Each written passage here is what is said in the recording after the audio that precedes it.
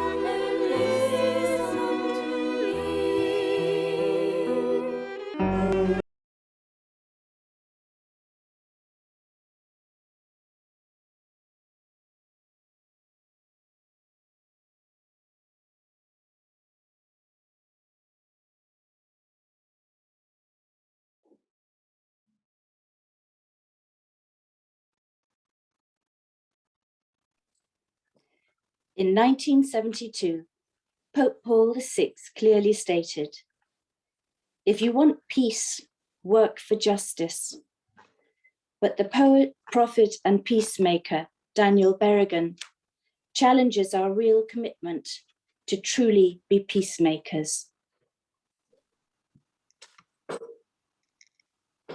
We have assumed the name of peacemakers, but we have been, by and large, unwilling to pay any significant price.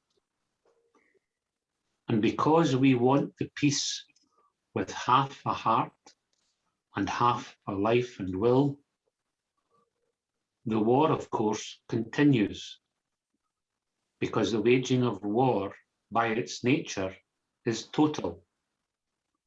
But the waging of peace, by our own cowardice, is partial. But Berrigan also recognizes the many challenges, the many evils that we are faced with, and gives us words of hope.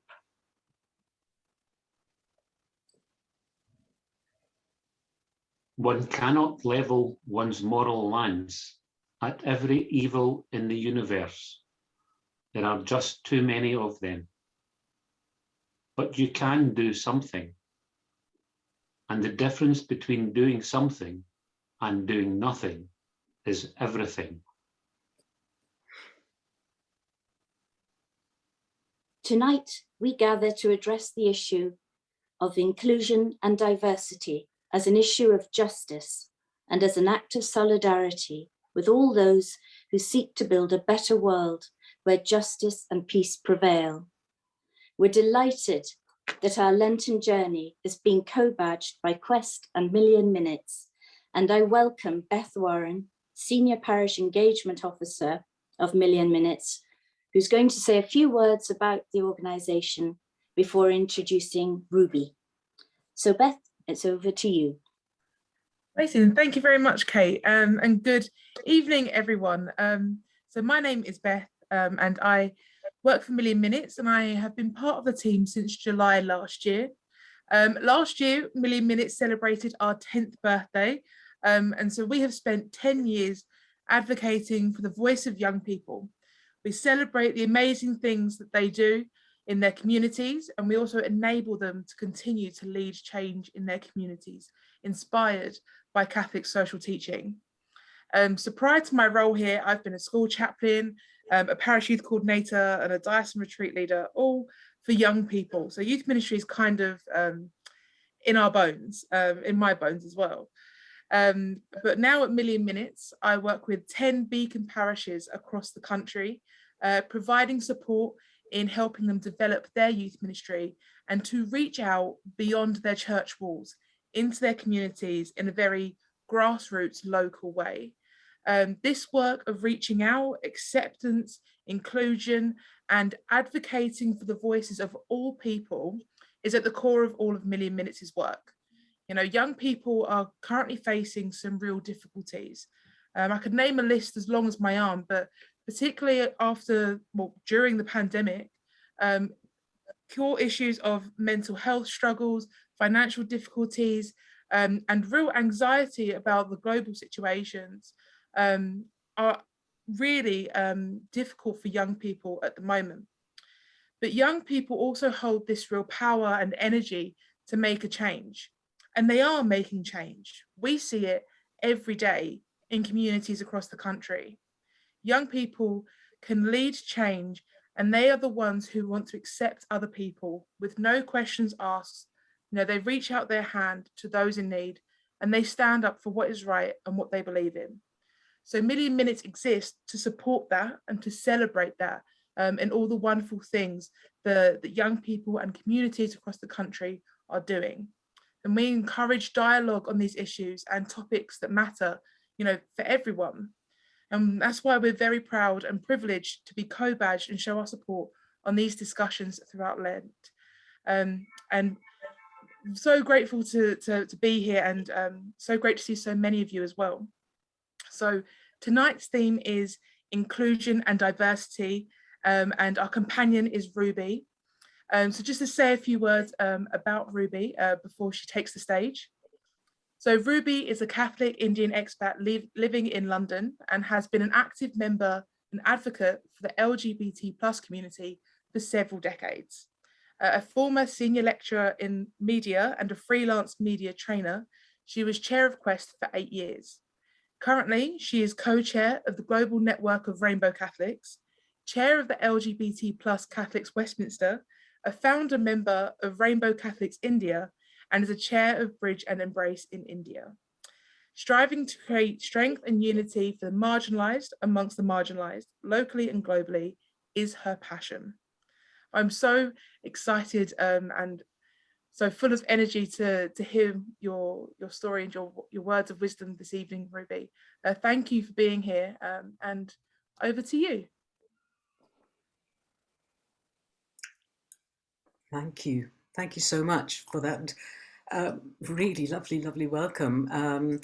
It is amazing, you know, when you kind of put down all the things you do, it kind of appears really fabulous, but the reality is you just chip away at things and you do it as a norm and you don't quite appreciate perhaps what you're doing. So thank you for bigging me up. I really like that.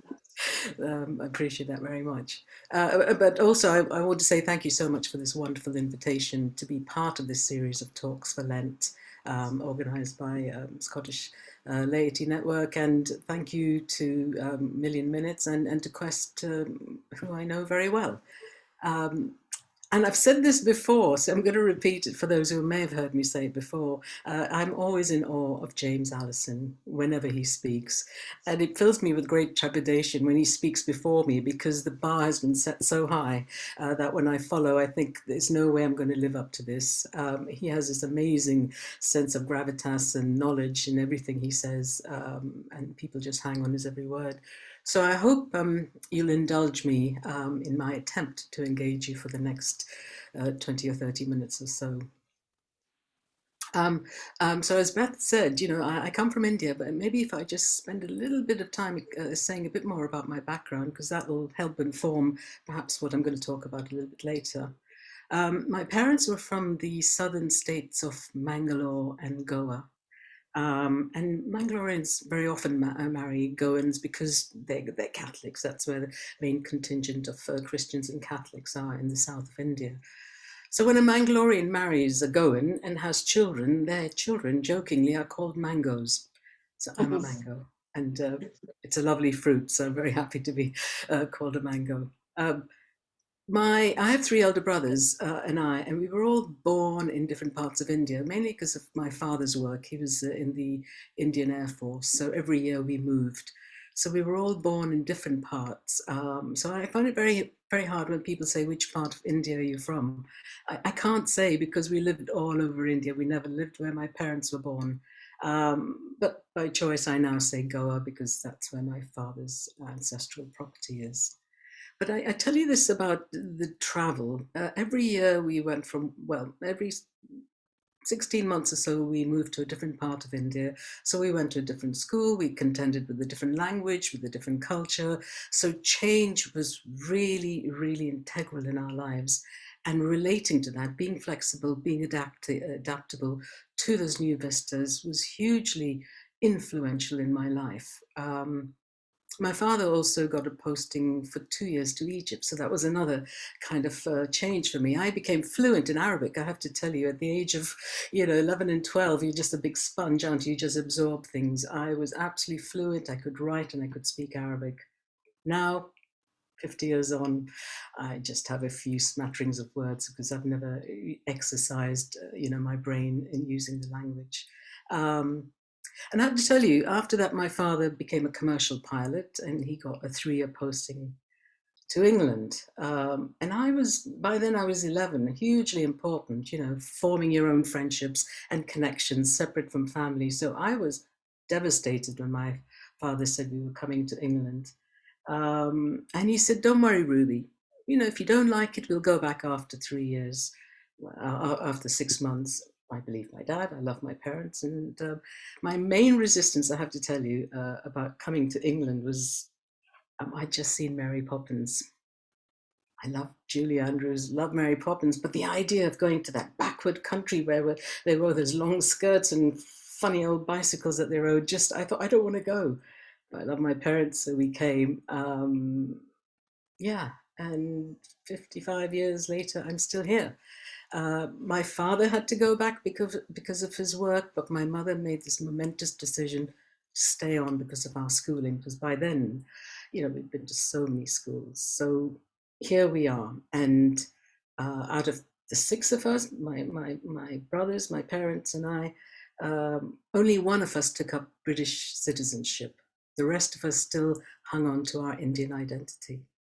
And I think it's important to kind of state my parents didn't emigrate. My father's work brought us here. So there was never an intention to leave the country, which had so many formative and integral aspects to identify who we are. So that sense of identity in the environment of difference was very, very important to appreciate one's own sense, in the face of others. And that's what's always driven me, I think, is this sense of importance, to hang on to a sense of who you are rather than to just let it go. Now, my Catholic identity was hugely important, but I was one of those passive Catholics, these goody two-shoes. I went to church every Sunday, I received Holy Communion, and when we were little, we went for confession every Friday, till the priest got fed up with our litany of so-called sins, and he told my parents, look, they don't need to come every Friday for confession. Well, that was just rejoicing for us as kids, so we didn't bother going. But that ritual of what it meant to be a Catholic was what propelled me as a child. But did I understand the teachings of the church? Not really. I mean, I remember going for Sunday, classes, Sunday school, and certainly I was part of the Crusades, whatever that was, I can't remember. But, all of that was what informed me in terms of what I meant to be a Catholic, but I didn't really understand it. And much later in life, I have to say, when I was in a relationship with my girlfriend, my partner, which was going a bit fractious, and I remember going for confession, or as it was just beginning to be called, reconciliation. And I was in an open room with the parish priest, and I was saying, Father, things are not going well in my relationship. It's very difficult. And he looked at me, he said, so what does he have to say about this? And I looked at him and I said, but he's a she. And he said, but it's not about the gender, is it? It's about the situation you're in. And I thought, oh my goodness, I'm coming out to my parish, to my priest, and he's completely accepting of me. So, for me, that kind of was a really interesting experience I had. And down the road, as I've gotten older, I've realized that it is about those conversations that we have, the engagement we have with people. That is what we should work with, rather than, I'm sorry I'm going to say this, but the teachings of the church, the theology, the rules, the regulations, the canon law, all of that, which are really important, but I think they sometimes stop us from what I feel is really important, which is my association, my following, my love of Christ, and how I live that out every day. Because I see all the time these amazing debates with the right wing and the right wing elements, the conservatives and the liberals within the church fighting each other, those duels that they have about the teachings of the church. And I think, where is God in all of this? Where is Christ in all of this when you're having those battles? So I'm just using, this is my get out clause. I try and avoid it. It's not where I want to be. So I'm going to start by, if you don't mind, being a teacher, which is what I was for a long time. I'm going to talk about diversity, which is about the state of being. It's about variety. It's a practice and quality of including or involving people from a range of different social, ethnic backgrounds, of different genders, sexual orientations. Inclusion is the action or the state of including those who are marginalized, whether they're groups or individuals or structures. So that's really important to kind of understand the kind of differences between the two, but how do we put into practice a policy of saying we are inclusive, we are diverse? And I think those are the challenges we have. And certainly recently, having participated in the synodal process, and having engaged with the most amazing sessions with people who were there to speak, to be encouraged to speak, and for us to just listen, not to judge, not to counter the argument, but just offer them that space and opportunity. And I have to say, certainly, and I'll talk about the organization I work for, which is about compassionate listening, about how the people who had never engaged, or rather been away from the church for a long time, were being offered the chance for their voice to be heard. And for a lot of people, that was incredibly powerful. So I'm not just going to quote a little something from Pope Francis. He talks about the purpose of the synod being to inspire people to dream about the church that we're called to be. And that's important, that it's the people who are the church. He's saying that, to make people's hopes flourish, to stimulate trust and bind the wounds that weave new and deeper relations. And he says, this is the important bit, he says, we must reach out to the peripheries, to those who have left the church, those who rarely or never practice their faith, those who experience poverty, marginalization, the refugees, the excluded, the voiceless. So it's really not about the mainstream of the church and the people who go to church and are very devout, but it's all of those who are left or who are not noticed. How do we include them? So the church, the Vatican, asks us to consider to whom does our particular church need to listen to? And I loudly say us, the people, us the marginalized, listen to us, hear what we have to say. And I remember a missionary priest, a dear friend of mine, he said, the best thing you can do in life, Ruby, is to keep your eyes and your ears wide open and your mouth shut. Just listen, hear and understand and appreciate. And I think that's a wonderful, wonderful thing. So I'm going to talk about how we as church can learn to be inclusive, how we as a community can learn to be inclusive.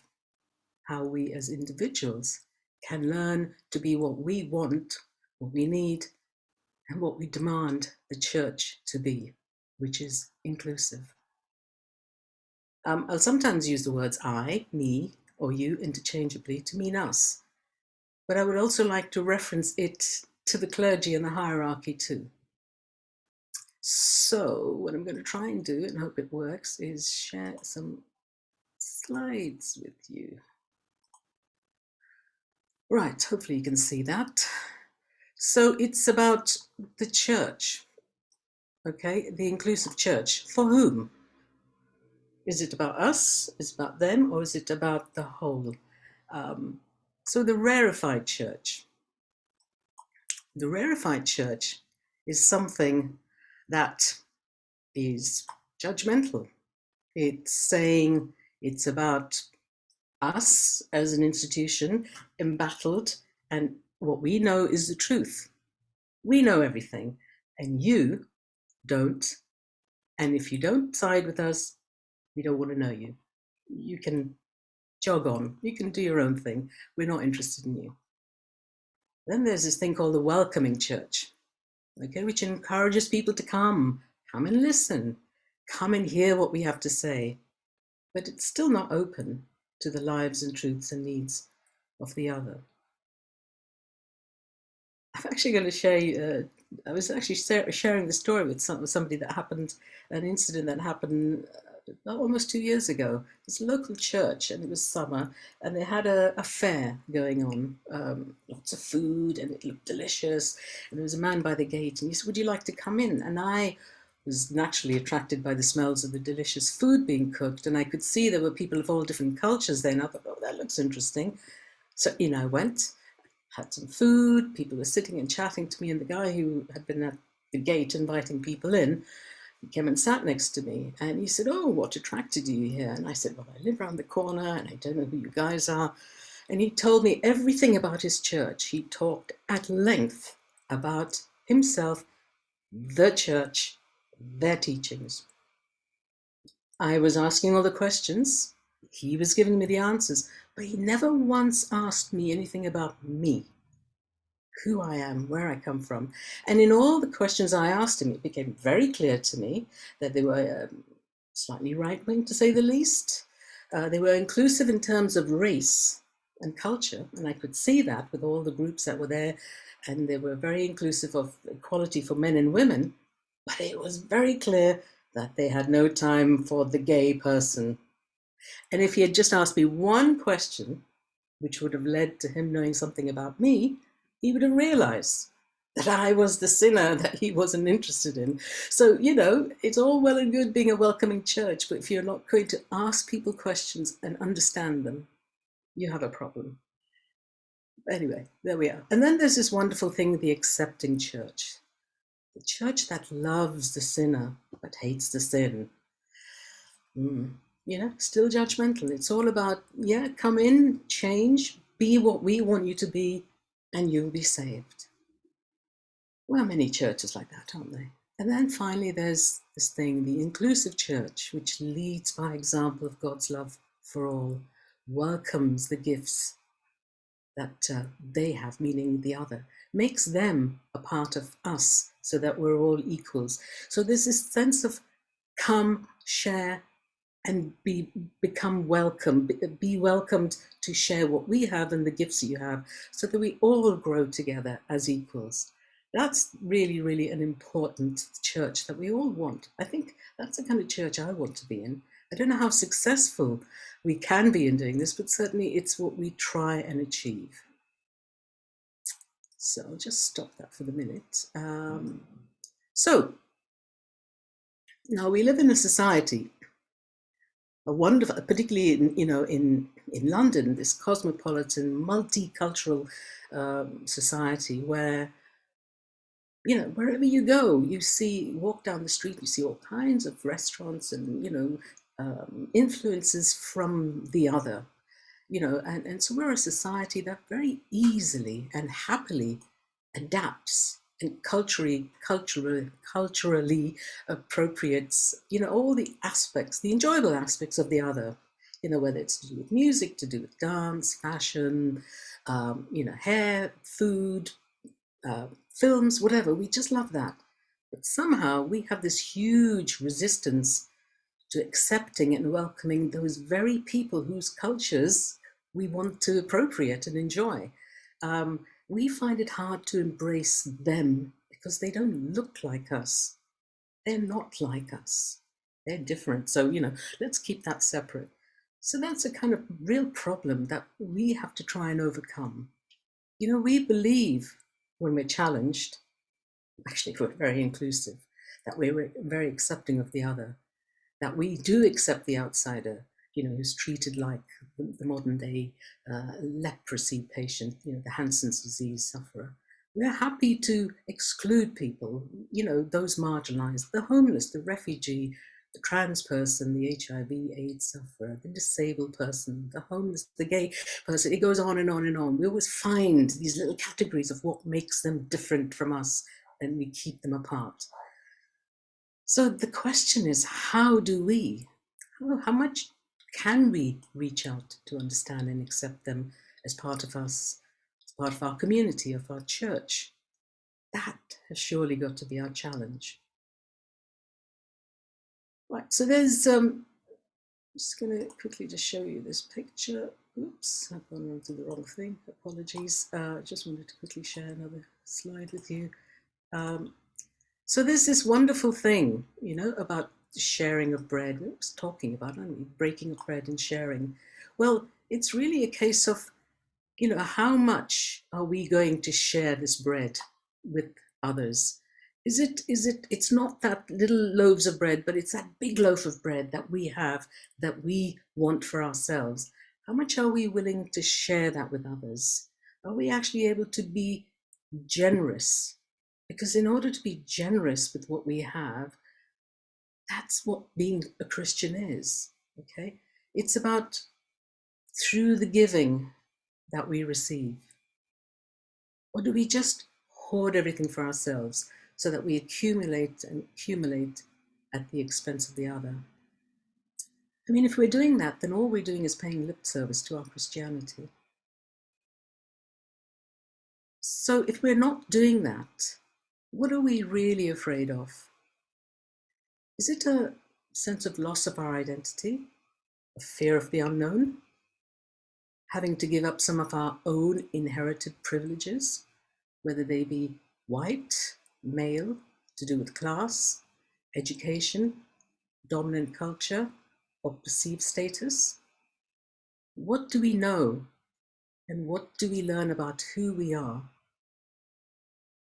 is really something that's handed down to us from parents, from society, from the church, whatever. But these are the things that we are taught invariably, which is to think about ourselves or our immediate family, you know, whatever we identify with as us, so that we become very self-sufficient, self-reliant, and sometimes very self-absorbed as individuals. But actually, what did Christ teach us? He taught us that it wasn't just about us, but it was always about the other. It was about society. It was about the marginalized. It was about everybody else, not just us. Now, I know all of this sounds terribly happy, clappy, doesn't it? This kind of world of beauty and equality that we all live in, and it's, you know, just through coming together that we'll achieve it. Well, it's not that easy. It's a hard thing to achieve. You know? How do we achieve equality? And I have to say, you know, for that to happen, change has to happen. And change is painful. We don't like change. We don't like that discomfort. But it's that sense of without pain, there is no gain. Somehow I subscribe to that. Right, I want to now show you this wonderful, wonderful gentleman, Alan Watson, dearly departed friend and colleague from Quest. In the early 70s, Alan Watson and another gentleman called Ralph Long helped set Quest up. They were young gay men who were very upset with the way society treated them, and received them and how the church demeaned them. So they got together to try and bring about change. They didn't have any big ideas. All they knew is they wanted some people to come together to talk and support each other. And through that, Quest grew into this huge, well-established organization that's going to be 50 years old next year. So they wanted to do was fight through that pain and hurt, and through fellowship, through prayer, through testimony, through coming together to enable change to happen, not just for them, but for other people too. Now, when Alan died, I went to my local pub. I don't often go, but there's a gay pub down the road. And the council have put up a lovely rainbow crossing on there. And I thought, it's those things that Alan fought for. You may not realize it, but those are the changes that he was able to try and bring in, which benefits everybody. Who doesn't like a lovely rainbow? You know, it's lovely. And who doesn't like to go to a local pub where you feel welcome? And I think that's important to kind of appreciate and understand, that any change that benefits a minority group inevitably benefits the majority. I remember in the 70s when the whole idea of accessible buildings and funding for disability access was big, and people were really upset. Why are we spending money on this? Why are we spending money on that? Well, who doesn't like a ramp up, into a building? I'd rather that than steep stairs. Who doesn't like knowing, hearing announcements about, on the train or the bus where your next stop is? Now, those benefits, those facilities weren't created for able-bodied people. They were for people with difficulties and disabilities, yet we all benefit from it. So I think it's really important to understand that what benefits are created for minorities actually do benefit all of us. Really important to point out what to make. And I now want to talk about landings. My paid job as project manager for landings. And it's about compassionate listening, where the voice of the participant is heard and is central to the ethos of landings. And we have people from all ages and backgrounds who come to landings. And this is the important point, is that they've made a decision that they want to reconnect with their faith after having been away. We had one gentleman who had been away for 55 years. We had younger people who'd been away for 6 months, 8 months, a couple of years, decades, but they all were at a point in their lives where they wanted to re-engage with their faith. And their disengagement with their faith was for many reasons. Angry with the church, perhaps faced abuse from the clergy, maybe a sense of self-loathing, I'm not good enough, coming from broken relationships, loss of jobs, family breakup, so many reasons for why they disconnected with their faith. But they wanted to come back. The important thing was that despite all that pain, all that loss, sense of loss, they still had this niggling thing about wanting to come back to their faith. And so at landings, it's really for us to just hear their stories. Because for a lot of people, it's probably the first time that they've ever spoken about faith in the public space. I don't think British people do faith very easily in the social context. They'll do it in a church or in a faith group, but not generally. So the stories that people had to tell were so powerful and so emotional for them as well as for us as the listener. And that was the important thing, is we're there to listen. And this is a program done by lay people. It's not by priests and nuns. It's by people who experience maybe loss and are reconnected, or like me, just have always been in the church but want to welcome people back. And it's about understanding those individual needs that people have and how we can help them navigate their own path back to their faith. So it's not a prescriptive thing that says, well, you come and do the program with us and then we'll see you in church every Sunday and all that. It isn't that, because people have to find their own path back. And that's so very important. And so really it's about us within landings sharing the culture and the joy of our faith with Christ at the center of it.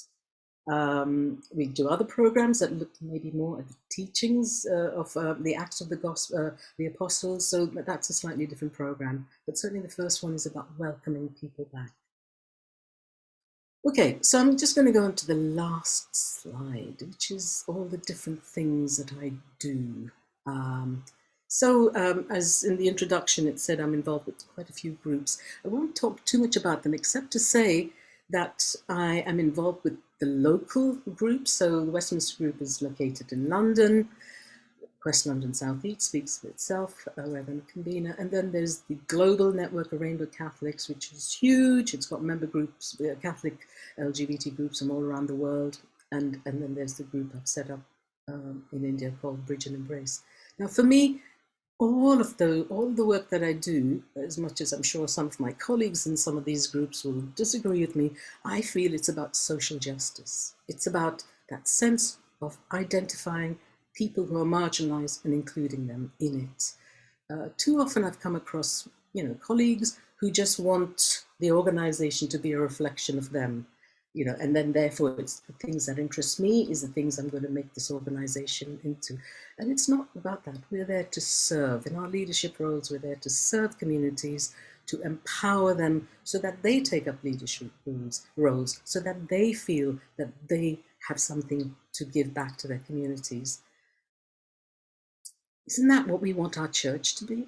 Isn't that what we want our church to bring to us, so that we can be part of our church and give back in some way, rather than us having to listen from the diktats that come from on high? Right, I'm just going to end with a lovely thing that Samuel Wells, who's the vicar at St. Martin's in the Field, wrote. He said, "We are too fixated about the outsider, rather than where we as a community, where we as a church need to go. It's about where," and he goes on to say, it's about where you, the stranger, are coming from. Okay, but actually, it's not about where you, the stranger, are coming from, but actually where we are going. So what he's talking about is the next life. Those pearly gates that we go to.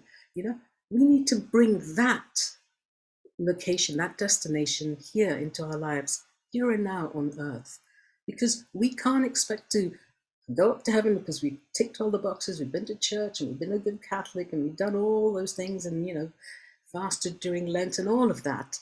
If we can't create heaven on earth now, and we take all our baggage, our failures, our weaknesses, our sins with us, we're not going to be able to fit into heaven. We're really not, because heaven isn't about me, it's about us.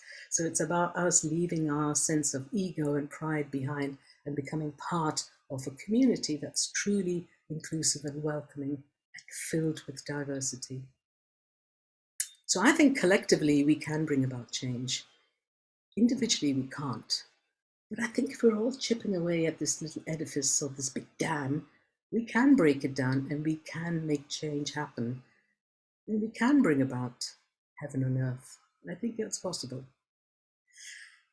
Okay, it's a big price we may have to pay, but I can assure you the benefits of those changes are far, far bigger than the price that has to be paid for some loss.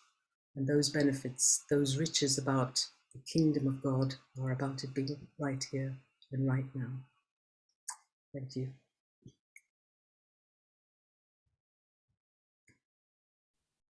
Thank you very much. There's lots to digest, there's lots to consider, there's lots to reflect on.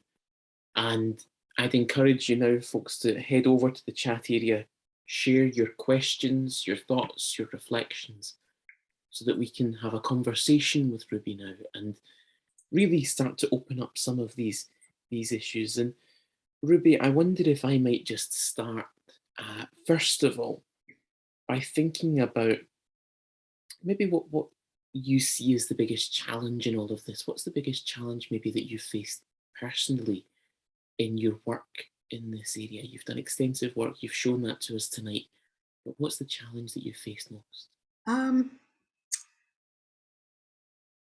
I guess on many levels, I am perceived as the outsider because I'm a woman. I'm a woman of colour. People assume I'm British, but that's okay. But when they discover I'm Indian, that's another challenge for them. The question I ask is, well, why haven't you taken up British citizenship? Because I choose not to. That should not be an issue for people. And I have to say, most of the time it hasn't. But I think it's the thing about, women are welcome.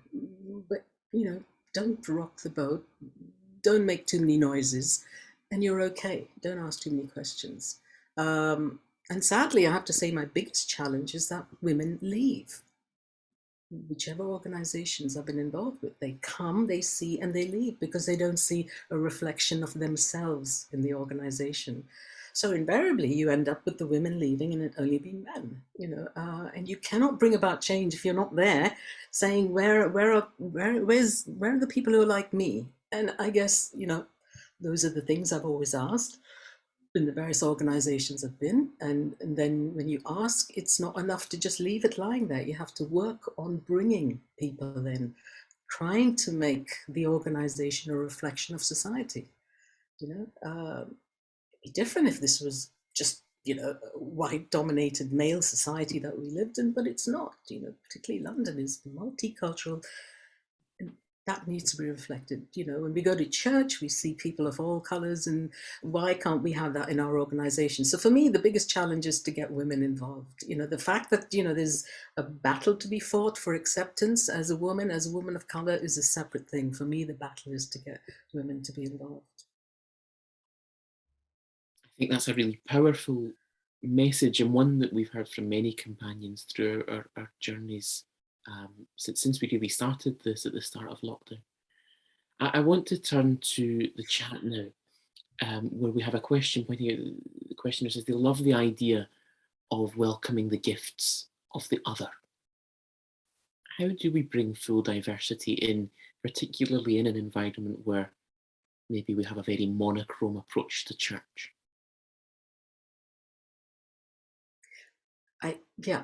I think, and I mentioned earlier that, in my youth, I was the passive Catholic. And I think most of us are very passive. We may notice, we may observe things that we're uncomfortable with, that create discomfort, but we don't step up and say, why is it like that? How can we change it?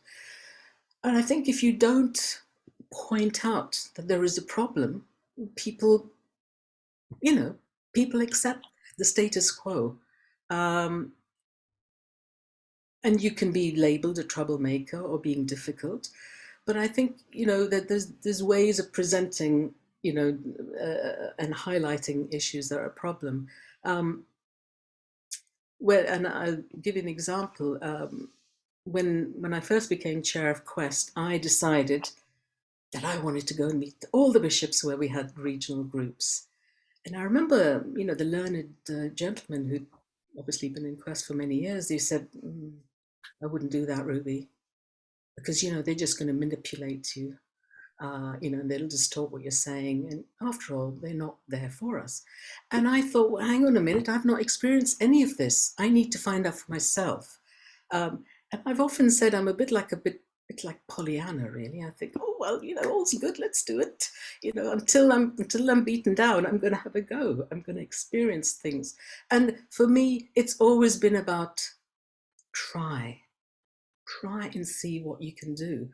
And I have to say, it has been wonderful. Most of the bishops have been polite, have listened, and certainly change has happened, with LGBT masses. It's not been overnight. In some cases, it's taken years, but it's happened. But the important thing was that little chip in the edifice to create a bit of light, to create a conversation, to build dialogue, and to build some sense of rapport, which wasn't there before. And I'm not saying I'm the only one who could do it. It's just I'm the one who tried.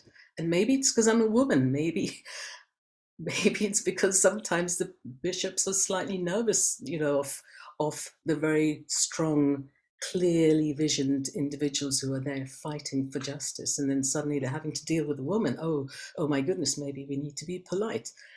Maybe that's the case, but as long as you can affect change in some way, let's have a go. Let's try. I'm really struck, Ruby, by your use of words like wonderful and your focus on the positive tonight. I think it's great. And it turns me to the next question that I have here. What would you say are the signs of hope? Where do you find that positivity, that hope, when you're looking for it in the areas of inclusion and diversity in the UK today? In the UK. So, you only have to look backwards 3 years, 5 years, 10 years to see how things have changed. The LGBT Catholics Westminster group is a really good example of how the 5:30 Mass every second and fourth Sunday is a Mass organized by the LGBT community. It's a regular Sunday Mass, but it's and people who come for the first time are totally blown away by the fact that LGBT is mentioned by the priest. People are made welcome.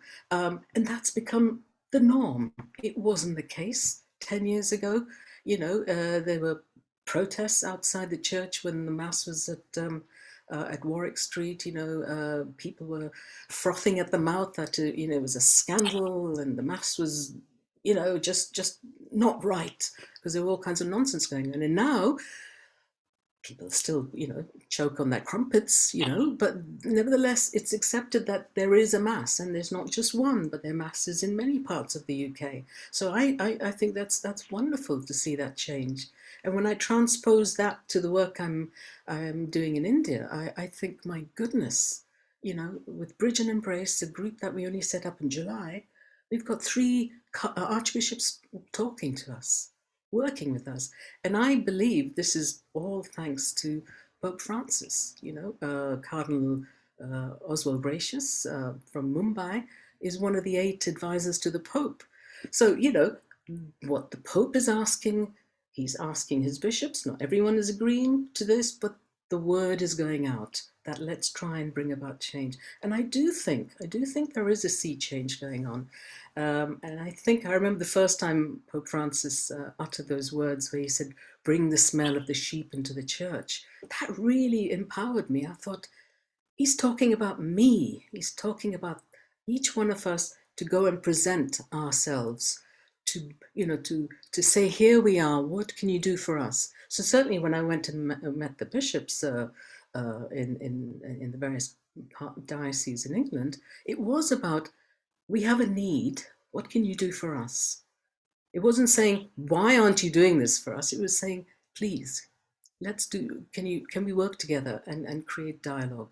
So I think people are empowered to do that. When you look at what's happening in Germany with the bishops, who are so advanced in their demands, and you look at how all the Catholic workers, LGBT workers who are unionized, have said, we will come out and you cannot destroy us. We are proud of who we are. So I think we're all becoming very empowered to be able to speak up. And that's a wonderful thing. To pick up on a couple of things that you've mentioned there, Ruby, particularly around Pope Francis, but also we've spoken a lot tonight around that theme of inclusion. Pope Francis asks us to really take that to heart just now, particularly with the synodal process. But our questioner asks, how do we ensure that the voices of the marginalised are heard in the synodal process? Yeah. I guess it varies from diocese to diocese, really it does. But I think what you can do is you can ask, if you have submitted, if you've made a submission, you can ask to see the submissions and how they're being used. I know with a lot of the LGBT groups around the world, where they're in a country or in a diocese where the bishop is just not interested in hearing their voices, people are coming together and doing things online and sending it directly to the Vatican, so that the voice is heard. Now, ultimately, I feel sorry for those people working in the Vatican, they've got hundreds and hundreds of thousands of submissions, and they've got to make some sense of it, you know. And they're going to have their synod next year, and they're going to talk about these submissions. And what's really interesting is Pope Francis isn't just asking for Catholics to participate in the synod. He's not even just saying Christians. He's saying anybody, whether you have a faith or not, or whether you're a Hindu or a Muslim or whatever. If you have a sense or an understanding of what the Catholic Church is, we want to hear your views on it. You know, it could be the biggest PR exercise ever, but you know, the people are flowing in with their views, and I think that's great. And I don't think we should diminish. You know, I know people have been very negative about it and saying, "Oh, nothing's going to happen." But I do think that the amount of people who have engaged with it and who know the way the system works are going to demand what is happening with our submissions. How is it being used? Where is it being located? Perhaps, Ruby, just staying with the theme of inclusion for a second. The next question asks if explicit signage in, be that church porches, notice boards, is that part of the way forward to being truly welcome? Do we need to be explicit in our witness and in our welcome? So when the LGBT Mass, which is now in Mayfair in Farm Street, before when it was at Warwick Street, I do remember going for the Mass. It was in a little oasis of a space, you know, which is very, very touristy. So very few people live there. So it's a very small parish if in terms of parishioners. So the evening Mass, there was no one there. So when the LGBT group set up there, it was their own space, and it was slightly politicized. You know, you had banners and you had the stash and you had the this, and every second word was LGBT. And they did a survey amongst the people who attended, and people said, "Can you just tone it down? We know we're gay. You know, we've come here for Sunday Mass, please." You know, so that it kind of moderated that. But I do know in other parts of the world that's hugely important, having the banners and being political and whatever else. Personally, and I've said this often, the people who dislike the LGBT-ness of the Mass at Warwick Street absolutely hate what's happened, you know, what the Mass is now, which is very conservative in, you know, very upmarket Mayfair. Horses for courses. And I think if there's more than one kind of Mass which serves the needs of people, then that's great, having a choice. I don't think it should just be one thing, just as much as if I went for a Mass at the Ukrainian church, you know, it would be a very different kind of Mass to what happens in Westminster Cathedral, to what happens in a church, you know, with the Malabar Syrian Syro Mass, which is from southern India, you know, and choices are important. Yeah.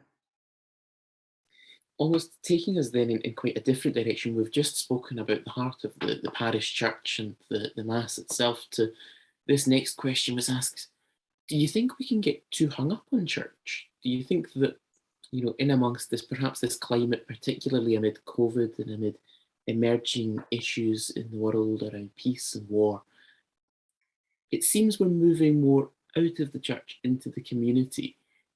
Do you think, you know, as the pandemic forces us to do that, are we still getting too caught up on the church as a building? Well, it's what we've been told for so long. It's the thing that we've done, you know, and that's what's meant to happen. The bricks and mortar rather than Christ in our lives, you know. I remember when we were moving.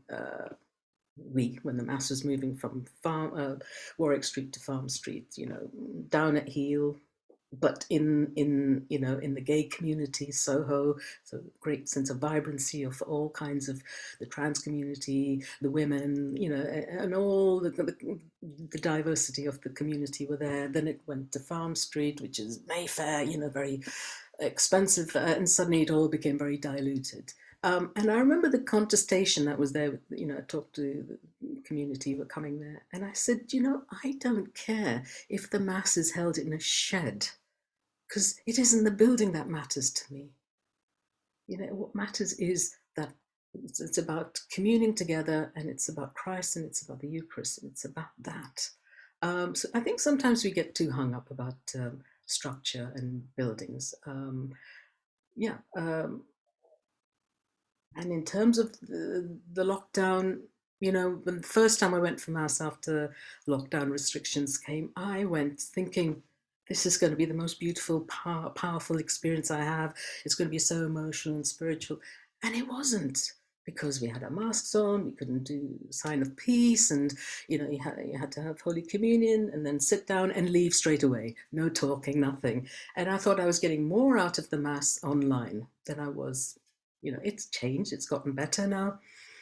You know, for us, going to Mass is important, but it's that sense of community that you have about meeting your fellow parishioners, having a conversation, having a tea, having a coffee. That's the bit, you know, about our communing together as a church that matters. It's not the building. And so, you know, having a Mass in a park, you know, anywhere, as long as we're there as people, that's what counts. And I think that's the bit that many people have missed, of course, with lockdown, that sense of separateness and isolation. Ruby, earlier you spoke about privilege, and I want to return to that as we look at our next question, which points out that the questioner says that they work in a school where they've been doing a lot of work on anti-racism and decolonising the curriculum. And the questioner says it made them think about other types of bias and privilege, things, you know, whether that's straight privilege, male privilege, clergy privilege, middle class privilege, and so on.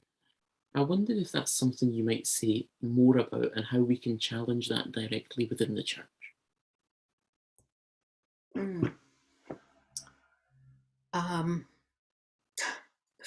It's an interesting one, isn't it?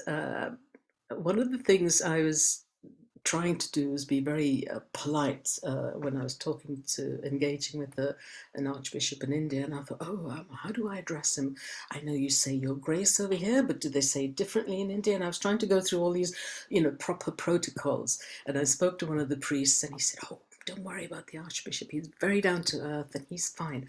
And so it's all of those protocols and, you know, those sense of privilege that you're supposed to give, and you don't know from one bishop to another what their particular position is, and not wanting to offend, I was trying and say and do the right things. So I think sometimes we do get very hung up on that, you know, that, you know, we need to deify, we need to honor and give respect. And I think respect, of course, is important.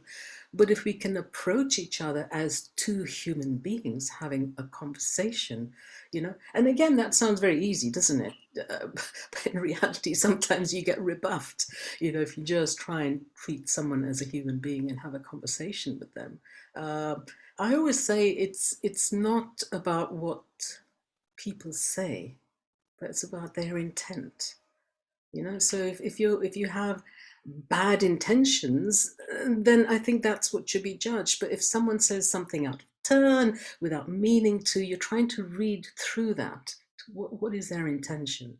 And I do think the higher up people go, the less connected they are with people. And the struggle, I think, sometimes is with them rather than, you know, poor little humble me. He just wants to go and say, what can you do for me?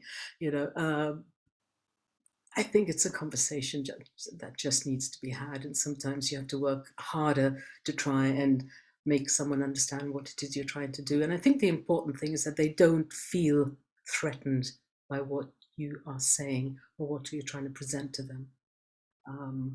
Certainly, I always felt the important thing was to say, you know, you are the experts on the teachings of the church. We're the experts on the lived lives of the LGBT. Let's have a conversation and see how we can teach each other. We can learn from each other, you know. One of the things that's come up a lot when we've had previous sessions, Ruby, is around our clergy and around our priests. And I know that you spoke earlier around the comfort that you found in that chance meeting with a supportive priest in the confessional, so to speak. But how do we narrow the gap and perhaps even open a conversation for LGBT plus people when there are so many gay priests uncomfortable to express their own sexuality. Yeah. Yeah, trying to be a little bit circumspect here. So I think as a community, the LGBT community have been treated as sexual objects, sexual beings. That's all we do. You know, we're just having sex all the time. Yeah, to some extent we do, but that isn't the thing that defines who we are. And I think certainly for priests who are gay, and you know, the percentage of priests who are gay varies from which you know, report you read. You know, some say 40% and others say 12%. But to me, that's not the important thing. It's, you know, if a priest is gay and is struggling to come out to be an authentic person, you know, because society, not so much society, but the institution of the church coerces and forces this person to be something that they're not, to live out a lie. It's really difficult, and certainly in Quest and other organizations, I know many gay priests who are actually fantastic beings. And you know, we had James Allison last week. I mean, what a wonderful example of a priest who, an openly gay priest who lives a very authentic life and is the most wonderful preacher you could come across. You know, and there are many priests who could be liberated from those shackles that hold them down by this sense of not admitting their sexuality and forcing themselves to live a pretend celibate life. You know, it's just an awful kind of constraint that they're in. And I just feel being a priest, it almost infantilizes them, because this whole thing about sex is drummed into them. It becomes this really prurient thing that anyone who's had a thought about sex or done sex is the most god-awful person on earth. And, you know, so then you try and hide behind it and you accuse people and you do all the most ridiculous things, you know. Yeah, I mean, the LGBT community isn't just sex, it's so many other things. And I always say, don't judge me by that label. Don't judge me by that. Judge me by the things I do, the things I've done, and the things that I tell you that I do. You know, judge me by those things, not by what happens for 5% of my life. I don't know, maybe less percent of my life, what I do in bed. I don't know, you know. It's as prurient as, you know, kids thinking about what their parents do in bed. Who wants to know about that? Just leave it alone, you know. Love your parents and judge them for all those other things. Yeah. I wonder, just on a slightly different note, whether you see a sign of hope in the last 2 years through the fact that we're maybe talking about this more, or I don't know if that's just something that I feel or that we maybe share here because we've talked about it a great deal in this forum, and the fact that it seems that opportunities have opened up in the last couple of years. I noticed we've got a question or a point talking about these electronic means of communication that have opened up in the last 2 years. Do you see that as a sign of hope? Do you think we're talking about those who've been marginalised more, talking about those who have been excluded from the church more?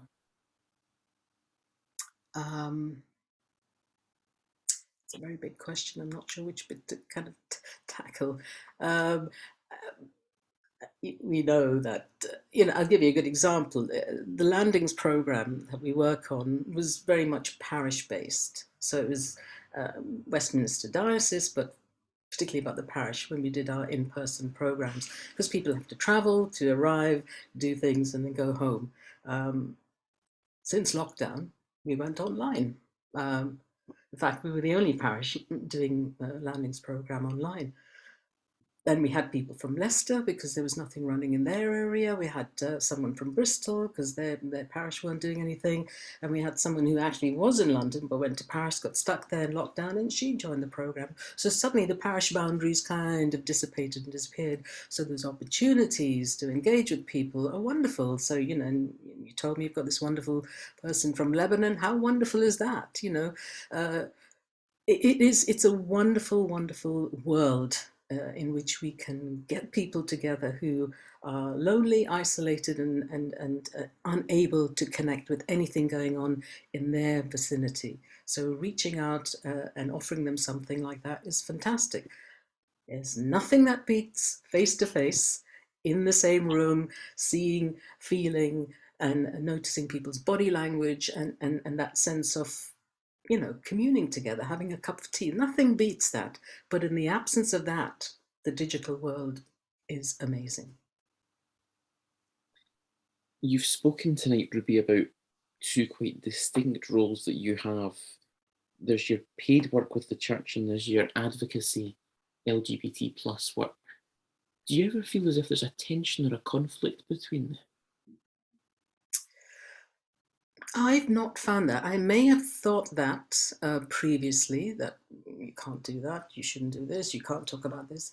But in my current job, I have to say that my director for my paid work is the parish priest at Farm Street, Father Dominic Robinson, who is just wonderfully supportive of everything that we do. And I always tell him, oh, I'm going to do this talk. And he said, that's fine, go ahead. You know, so he knows what I'm doing and he is fine with that.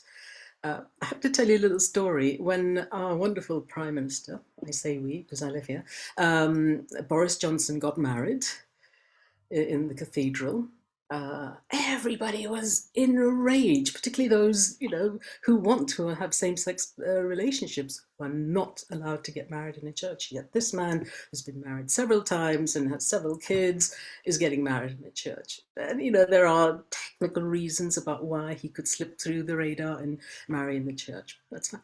But there was a conversation going on Facebook, and I was talking about making comments under my own name, not on Landings, not as Quest or anything, just in my personal account. And I said, yes, and all his children, I mean, the marriages were invalid because it wasn't in a Catholic church, so his children don't count. And I said, pah! And the person who was, you know, encouraging these conversations said, oh, this is really interesting, what you guys are saying. I'm going to write an article on it. I thought, great, write an article. Anyway, she quoted what I said about the children being invalid, which is fine. But she didn't put it down to me as an individual. She put it down as me, you know, a member of Quest, an LGBT advocate. And I said, oh, don't do that. I didn't speak as an LGBT advocate. I just spoke as me. And now for me, that was not a problem. But I kind of suspected it would be a problem for Father Dominic. And I'm telling you this because he was actually wonderful about it. He said, Ruby, I don't want anything to jeopardize the success and establishment of this Mass. Because there are people who would readily come out and attack it. And I need to protect this Mass. So I respected what he said. But at the same time, I kept thinking, I wish the church would just get over itself when it comes to LGBT matters. I really wish it could. It'll happen. It's a slow progress, but it'll get there. It's a slow progress, but what's the next step on the journey? The next step on the journey is, I think, for all of us to just keep chipping away at that edifice, to look around us in groups and say, why? This is the thing, is for us to not notice what's there, but to notice what's not there. Who is not here? We need to acknowledge that. And if we can just figure that out, then we can start welcoming people in, you know, welcome them in. Make them, you know, they're sharing that bread, sharing their place at the table. You know, that's the only way we can do it. We're too sometimes absorbed in ourselves. And I know that whole thing about birds of a feather flock together, but we have to go beyond that and look for those other creatures, you know, beyond the birds that we are, you know, that should be part of this this community that we are, you know. All are welcome. Easy to say, but hard to do. Our next question speaks again about the synod. So I want to turn back to the synod for a second, and the fact that in the synodal process, I think anyone who's been involved is aware of the voices of many parishioners, many lay Catholics who've come along to speak about the need for LGBT plus Catholics to be accepted, to be welcomed, to be included. But equally, perhaps in those conversations, those who say but don't change the teaching, don't do this, don't do that. In that strong tension that's present even in the parish, even among the laity, what is the way forward? How can we break through that tension? You know, we spend a lot of time speaking about the clerical realm and the official dogma, but how can we break through that tension in the pews? Well, you know, if a parish has a parish council, get onto that, you know, have a voice, have an influence. If it does and they're not allowing you in because of what you represent or what they think you represent, find a parish that does. You know, you don't have to be duty bound to go to the church next to where you live. Find one that suits your purpose. I have to say, you know, each priest is unique and different in the way he engages with his parish. Find one that is approachable and friendly and supportive.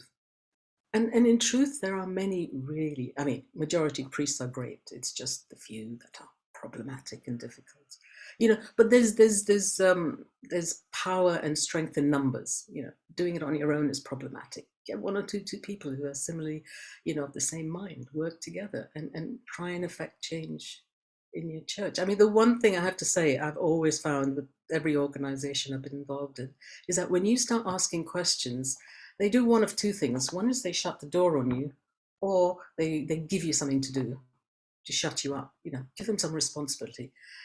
And as soon as you've got some responsibility, make that work for you. Make it work for the other people just like you who are voiceless, who are not represented.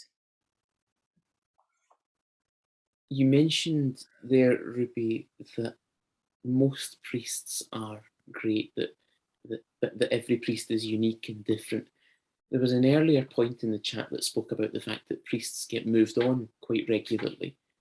Does that structure and that approach cause an issue when something just maybe gets set up and overnight it can be broken down and closed down? Yeah, I guess that implies that the priest has absolute authority in that parish, and that's then a problem. I think, you know, parishioners should come together. There should be parish council. You know, it is our church. We are the church, so we need to embrace that. We need to engage with that, and we need to make sure that our parish is what we need it to be, rather than, you know, this person who's brought in by, you know, by the bishop to say you will spend 2 or 3 years here and you will dictate the rules, and then you'll move on till someone else new comes along. I think we have to take ownership of what is, in essence, us, ourselves, the church. I think And by the way, I'm saying all of this and I don't do it. I don't do this in my church. I go to church. I mean, I'm very involved with the parish in Mayfair. You know, I'm very involved then. I'm the chair. But my local parish, I just go to mass and I come out, because it's a very different entity to what reflects who I am. I'm sure if I had the energy and the time, I could get involved, but I don't. I give my time and focus to the mass at Mayfair. And I suppose that reflects what you were saying as well about finding somewhere where you feel welcomed, where you feel comfortable. Yeah. How important do you think that is to sustaining a personal faith, a personal relationship? Yeah. Well, you know, as I was saying, you know, I was the passive Catholic, the obedient Catholic who didn't really understand anything to do with the teachings of the church. I still don't claim to know anything, but what I do know is that in the LGBT work I've done, which has been about questioning, sometimes challenging, my faith has grown much, much deeper, have a much better, healthier, stronger relationship with Christ than I ever did.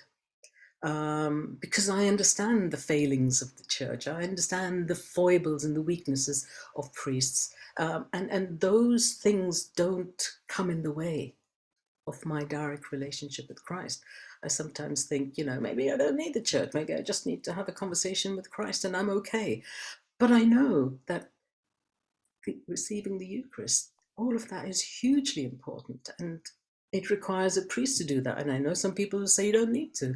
And James Allison did a wonderful thing during lockdown where he said, you know, get some wine, get some water, get some bread, get some water, and let's go to this whole ritual of the blessing, and then you can receive Holy Communion.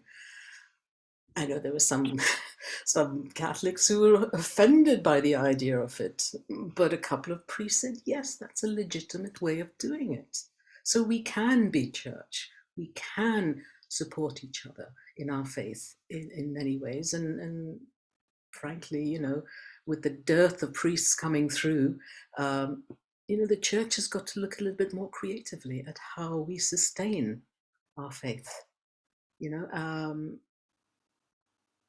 know, what's going on in Ukraine, in any war-torn country, how do people continue their faith when all around them, in terms of structures and services, have all gone? How do they maintain their faith? They do it in small groups where they continue to practice their faith. They try and receive Holy Communion in ways that work for them, and they fight their way through. It's not quite the case with the church at the moment, but it's heading in that direction where things are beginning to fall away and change is happening. And I think as parishioners, we need to come to the fore and say, let's see how we can help support this change, you know, in ways that work for us. So yes, ladies, step up to the plate. LGBT people, step up to the plate. Let's say we're here. Let's bring our lovely smell of the sheep into the church. I could pick out so much there, Ruby, but I want to pick out one thing that you said there. You spoke about how an awareness of the foibles and weaknesses of the church sustains your faith. And I wonder, and I'm thinking particularly that the new Archbishop of Glasgow was installed just last weekend there, and his very first homily, his very first address as Archbishop of Glasgow, he took an opportunity to apologise for the abuse crisis. And I wonder if we need to see more of that. I wonder if we need to see more of a public awareness of the weaknesses and foibles of the church. I think it's always good to own up to failure, because that shows strength, I think. Too often, I think we've been dealt a set of cards about the relationship of the parish or the parishioner with the priest, with the hierarchy, and never the twain shall meet. And you know, they are human beings just like us. They've just taken on a big mission, if you like, to do something that sometimes is untenable. And, you know, we as parishioners are guilty for not questioning. Are we guilty for accepting that level of authority? You know, and we know the terrible abuses that have happened, that have gone on right in front of our noses, but we've not dared to question or challenge it. We've turned a blind eye. Well, our eyes are open now, and the abuses that are coming out, every day they come out, I say, thank you, God, because this is what should have happened a long time ago. You know, we need to blow it all away, and we need to start afresh. And we need to take responsibility for our faith. We need to be the custodians. We need to be the ones who nurture and protect our faith. It shouldn't be done by someone else. A couple of lovely anecdotes have been shared in the chat, Ruby, and I wonder if I could just share them with you and invite your comments. The first one speaks about kind of the baptism situation. So the questioner says, I helped my parish's baptism preparation group, and a gay couple attended with their 2 very young children. And at the time, our parish priest was insistent on making these women welcome. I wonder how much of an impact the witness of that parish priest had in that situation, and how much impact that type of witness has on the lay Catholics around that situation, who see this welcome, who see that openness and that love of God being extended in that way, and how important that is. Yeah. I think those actions are hugely important, because what it does is it tells people the things they were thinking anyway, and they're seeing it happening and they're thinking, well, this is great. Thank goodness this is happening. Of course, there'll be a contingent who think this is an abomination, but that's okay. You know, people are entitled to their views, but to posit these positive examples of inclusion are hugely important. I remember reading a report by the Pew Foundation, which is an American organization, and they were talking about the Catholics' perception and views on same-sex marriages and on LGBT equality. And this is talking about Catholics, practicing Catholics. I think it was 75% of them agreed with equality and same-sex marriage. They agreed with it. That's 75% of Catholics. A recent report that was done on banning conversion therapy, statistics, quite a few Catholics tapped into that, and it showed that majority of Catholics disapproved. They wanted to see an end to conversion therapy. So all of these things, the majority of us are silent when it comes to criticizing official church teaching. But we actually believe it ourselves. We believe it's wrong. So when a priest stands up and affirms a same-sex couple, you know, and the child being baptized, most people are happy with it. So the more it happens, the better. And that empowers a priest to think, well, okay, maybe I can go a bit further. Maybe I won't, you know, because most priests are worried about their jobs, aren't they? You know, they step out of line, out you go. Or you're sent off to some backwater, you know, with about 10 people in the parish, you know. So they're afraid of their jobs. So we need to support those priests who will take those risks on our behalf. And they need to know that it's actually not a risk, because we, the majority, approve of this. And they won't know we approve it till we say it. So we need to start having those conversations. It's a really powerful image of supporting our priests when they do stand up. I think that's powerful. You spoke as well, Ruby, there about conversion therapy. I've been really struck in recent weeks in particular, or in some of the responses from the church to moves to ban conversion therapy, and voices in the church who are really worried about this notion that that might have some impact on what it is that they do. I wonder if you might say something about that. Well, I think there's a contingent who don't want they want to water down the ban on conversion therapy, which is going to happen. But there's a contingent who think that within the church you should be entitled to pray over someone. What that definition of prayer is still being debated. Is it prayer at a distance for Johnny sitting in Glasgow, that I don't want him, you know, I want him to convert away from being gay to becoming a Catholic? Is that considered a prayer? Or is it someone sitting in the same room and praying over them? Is it a coercive, demanding thing? Or is it just me quietly praying? You know, so what is prayer, and what impact and what influence does it have on the individual? And maybe that, you know, that person has an entitlement, Johnny has an entitlement to say, I don't want you to pray for me, thank you very much. And that should be the guiding line, that the person doesn't want that conversion therapy, no matter in what shape or form it's brought about. So there are lots of arguments and discussions on it.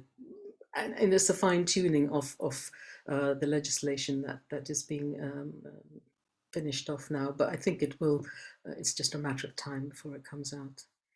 And I think the church needs to make a decision about distancing itself from it. If I could just spend a few minutes and say, when I was chair of Quest, I said we need to have a poster in Westminster Cathedral, just, you know, point of information, because I could see that Courage had a poster up there. And I thought, well, surely the Cardinal can give a balanced view on the LGBT issue, you know, not just what Courage is saying. Now, Courage don't state anywhere that they promote conversion therapy, but it's very much a part of what they do. So I talked to the Cardinal Vincent Nichols, and he suggested that maybe 3 groups should be in the poster, which was Quest, Westminster LGBT Group, and Courage. I thought, okay, he's trying to keep all parties happy by saying equality. I knew full well Courage would say no, and they did. They turned the cardinal down, and I thought, thank goodness. But getting that poster up was a problem in terms of just having it stay up, because the moment it was put up, it was torn down. The moment it was put back, it was torn down. So now it's behind glass in a locked cabinet. So there was this terrible sense of, how dare you have something on LGBT? And all it said was contact details for Westminster LGBT group and for Quest. So that's important, that the church now needs to kind of say, okay, really? Conversion therapy, Courage, have you got anything else to offer? I think it needs to start asking those questions and distancing itself from it. Because I personally know of 3 people who went through that and have come out of it so badly damaged that their lives, it's going to take them years to pick up the pieces. United Nations call it torture, psychological torture. That's how they've defined it. So, yeah, it's not good. Just because an institution, very well funded from America, thank you very much, for the chapters they have here, say it's about the teachings of the church, we support it. Well, great, but what are the other things that are there that are damaging? The church needs to kind of make that conscious decision that it cannot align itself with something that spiritually, emotionally, and psychologically damages a person. Ruby, it has been wonderful to chat with you. It's been wonderful to talk with you tonight. Your witness, your positivity, I know will stay with us all for quite some time. The Pollyanna, that's me, I know. I'm going to hand back over now to... Thank you, Callum. Really nice, thank you. Thanks.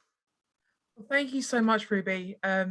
It's been really wonderful to listen to you this evening. All of your story, all of your explanations, all of your guidance is so full of hope and energy, and I've learned so many lessons personally of what we can take out into our communities, and really campaign in a very lived out, genuine way for inclusion and diversity in our church, in a way where everyone is accepted and loved for who they are and from where they're from. So thank you so much for your words this evening. Really, really proud to be here and to be part of this conversation. And thank you all to everyone for being here this evening and being part of the conversation. It really, really matters. And it's just fantastic. So I'd like to pray for Ruby now. So we pray. Loving God, we thank you for the wisdom and insight of Ruby.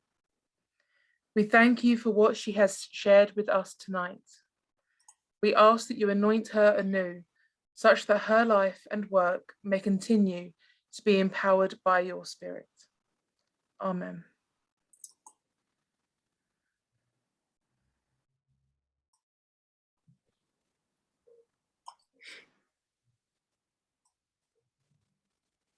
And we close by praying for all of us gathered here tonight.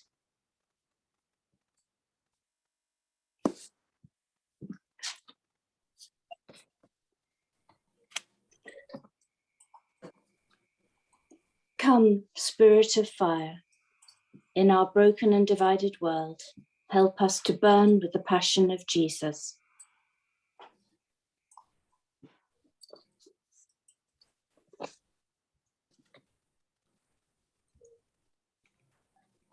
Come, Spirit of truth, empower us such that we may live and walk in the truth of Jesus.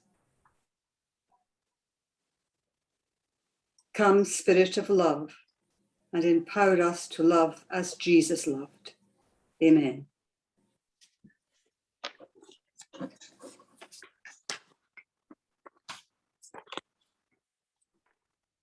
Thank you so much for joining us this evening, everybody.